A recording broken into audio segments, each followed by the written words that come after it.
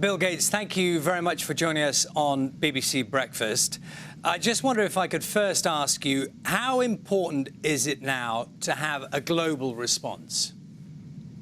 Well, I'd say it's critical because the tools that are going to reduce deaths, the drugs, that's a global thing to get those out. And the thing that'll get us back to the world that we had before coronavirus is the vaccine and getting that out to all 7 billion people. And so the efforts to test those, to build the factories, to understand, is it safe and ready to go? That's a global problem. And, so I'm glad, that people are coming together to find where is the best work and combine that. The factory will be in a different country than the science is in. This is the whole world working on probably the most urgent tool that's ever been needed. Can I ask you to just reflect a little more on the way that world leaders thus far have responded to the crisis? Well, there's the period when I and other health experts were saying that this is the greatest potential downfall the world faced, going back quite a ways with a speech in 2015 and a New England Journal of Medicine article about the specific thing. So, we definitely will look back and wish we had invested more so that we could quickly have all the diagnostics, drugs, and vaccines. So, we underinvested, which was my goal, was to get that to happen. We did do CEPI, which helped with some of the vaccine platforms, but not even 5% of what we could have done. Then there's the period where the virus shows up in those first few months. What were the tests prepared? Did countries think through getting their ICU and ventilator capacity up? There'll be time for those postmortems. Very few countries are going to get an A grade for what that scrambling looked like. And now here we are. We didn't simulate this. We didn't practice. So both the health policies and economic policies, we find ourselves in uncharted territory. I know one of the messages that you're very keen to put out there is about that there should be more international cooperation. Can you try and give us a sense of what that you think should look like in practice? Well, the coronavirus is going through waves. The first wave was very much China. And now there's a wave that almost all of the rich countries are experiencing very challenging epidemics. Hopefully by early summer, if the right type of isolation policies and testing policies have been implemented, a lot of the countries will be beyond the peak and looking at opening back up. Sadly, the developing countries, who as yet don't have a huge number of cases, are likely to have the worst of it because their ability to isolate, the capacity of their health system is far less than in the rich countries. And so the global cooperation is to help those countries and by helping them make sure the disease isn't spreading back to the other countries, and then to supercharge the therapeutics and vaccine work, which will involve expertise from all over the globe. Do you think there's a very real risk then, as leaders of developed countries try and deal with the situation, the crisis in their own countries, that not enough thought will go to those places you mentioned before that at this stage possibly haven't been thought about enough? Well, certainly, say we get a therapeutic that's partially effective, it'll be in short supply. What will the allocation be? Likewise for the vaccine. I do think that because the peak in the developing countries is coming later than in the rich countries, countries like, European countries, China, the US, we can take some of the, mask and ventilator and other things that have been ramped up and make sure that we keep making those things, but then they'll be needed. We'll have to ship those in developing countries. And we're seeing, China stepping up a bit in that way already. When you talk about a therapeutic, you're talking about a vaccine, I'm assuming. Is that right? No, I use therapeutic for treating somebody who's ill. So that would be like, you know, maybe, although the evidence is very, very weak, hydroxychloroquine, remdesivir. There's antivirals, antibodies, all sorts of things.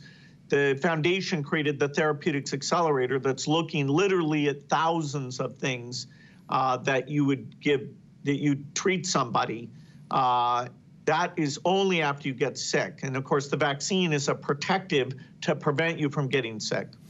Now, can I ask you, in relation to the vaccine, I know that you've donated a sum of money in relation to that.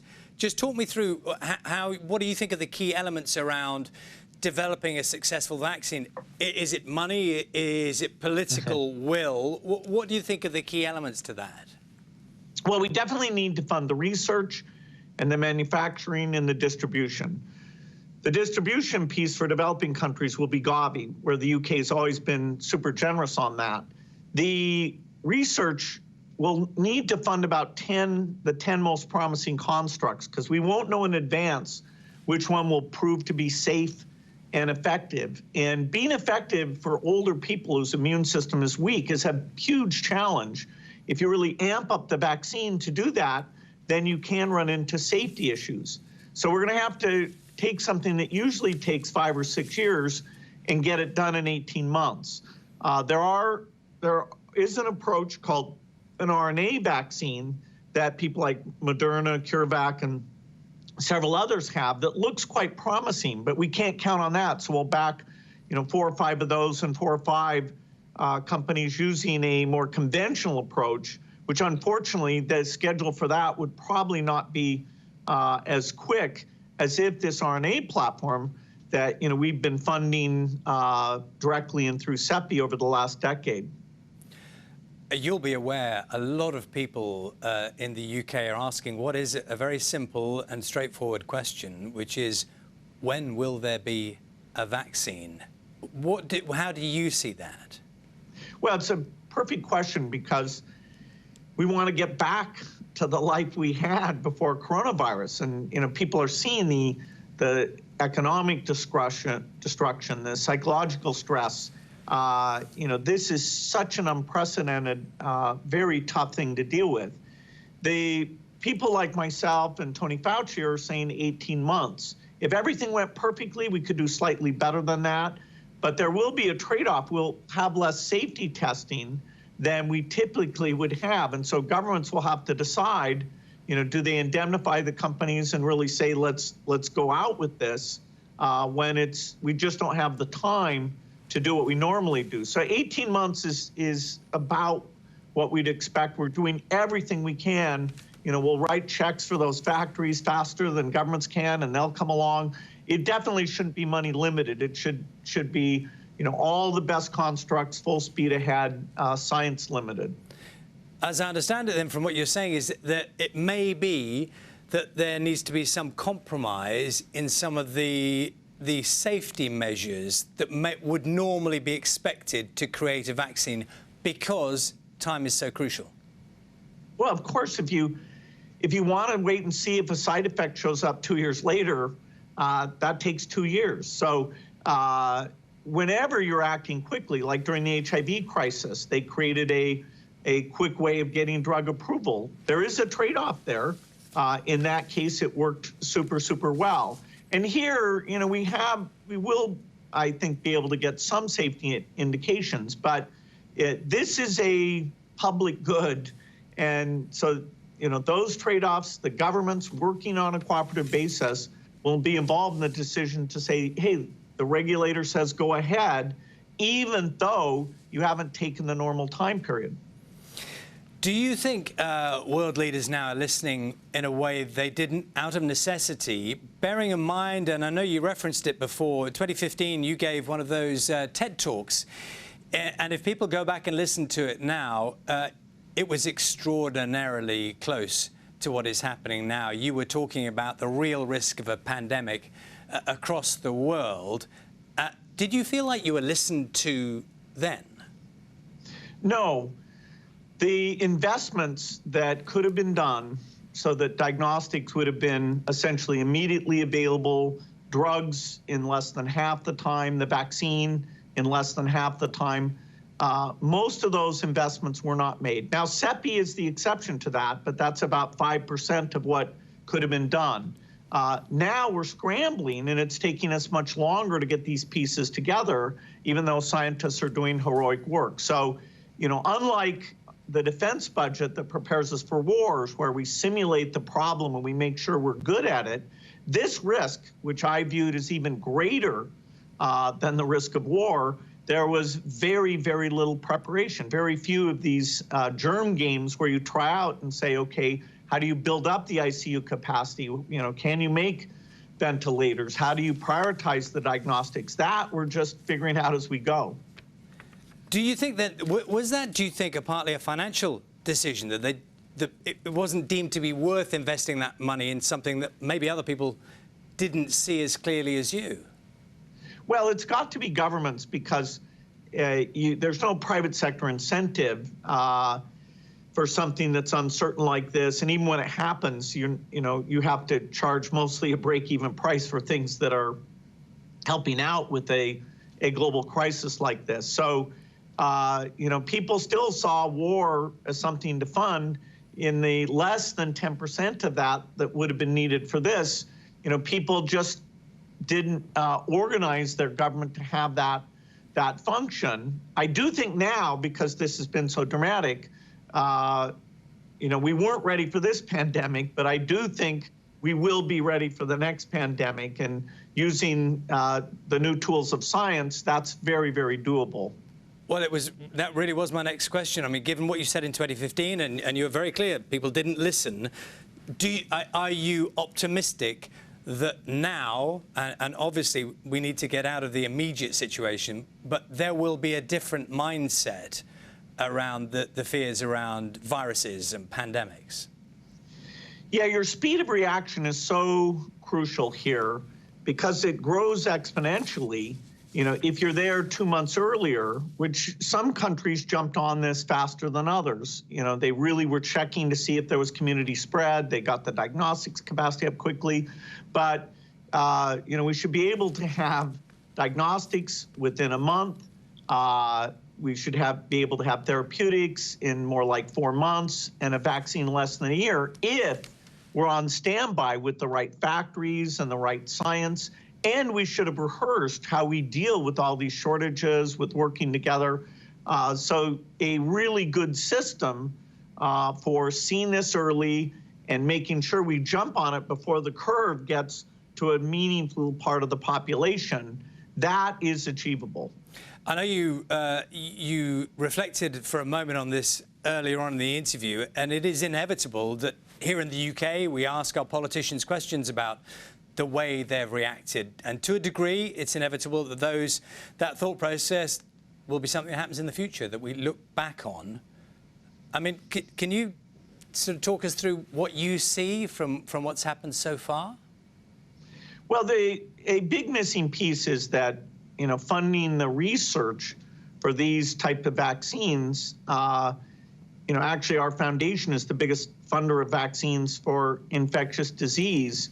There could have been more. CEPI is the one thing that did happen there.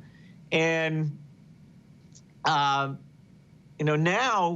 the next phase is, once we get the cases way down, how much can we open up? And that now there is an opportunity for governments to see what others are doing, to see which ones do run into a rebound of the disease, and really share these deep understandings. Like, are young people part of the infection chain?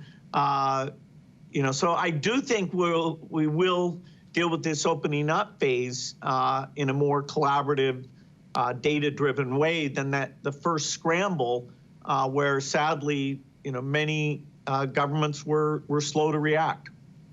Can I just ask you finally, on a personal note? I mean, one of the things that we've all become very aware of is viruses know no boundaries, and everyone is affected. We are all human beings. And I just wonder, for you, yourself, looking at what's happening around the world, and also literally in a personal sense, with your friends and family, when How has it been for you?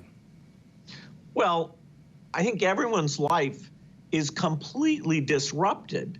You know, your normal pattern of go to meetings, watch sports events. This thing, in my lifetime, this is the most dramatic thing.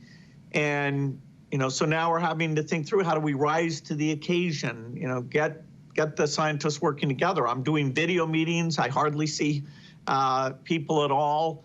I ask myself every morning, did this really happen? And even though I worried about it, I still find it shocking how tough it is and how hard it's going to be to get back to the normal life that we had before. On that note, and on that note of normal, do you think things will go back to normal, or is that all changed? No, once you have a safe and effective vaccine and get that out to almost all of the people on the planet and build the preparatory systems for the next pandemic so you can nip it in the bud, we will go back to normal and economies will recover. But we have multiple stages to go through in terms of until we have that, how much can we open up? How do we help the developing countries? But the economy eventually will go back to where it was. And innovation will help us not be at such a risk in the years after that. Bill Gates, very good to speak to you. Thank you very much for your time. Thank you.